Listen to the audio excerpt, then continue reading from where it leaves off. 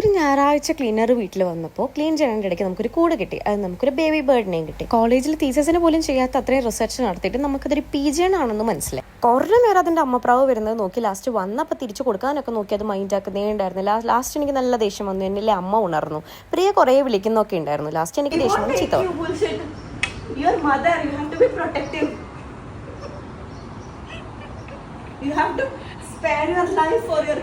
നമ്മൾ ആ കുഞ്ഞു പ്രാവില് മാത്രമേ കൺസേൺ ആയിരുന്നുള്ളൂ. എൻ്റെ അമ്മയ്ക്ക് എത്ര പേടി ഉണ്ടാവുമെന്ന് നമ്മൾ നോക്കിയില്ല. ലാസ്റ്റ് ഞാൻ ബാൽക്കണിയിൽ അതിനെ വെച്ച് ചൂട് വല്ലാണ്ട് തട്ടാണ്ടിരിക്കാനുള്ള സെറ്റപ്പ് ഒക്കെ ചെയ്തു.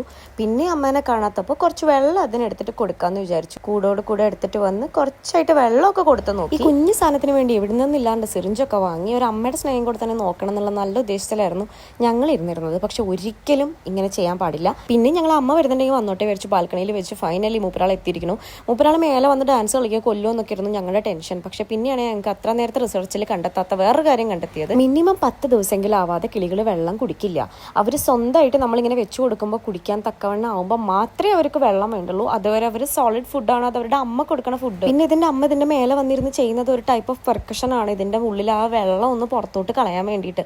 അതുപോലും ഞങ്ങൾക്ക് മനസ്സിലായില്ല. സഹായിക്കാൻ വേണ്ടി ചെയ്തതാണ്, പക്ഷെ അത് മോശമായി. അതിന് എന്തോരം വേദന ഉണ്ടായിട്ടുണ്ടാവുമെന്ന് ഇപ്പം എനിക്ക് ആലോചിച്ചാൽ മനസ്സിലാവുന്നുണ്ട്. എന്തായാലും ഇനിയിപ്പോൾ പറഞ്ഞിട്ട് കാര്യമില്ലല്ലോ.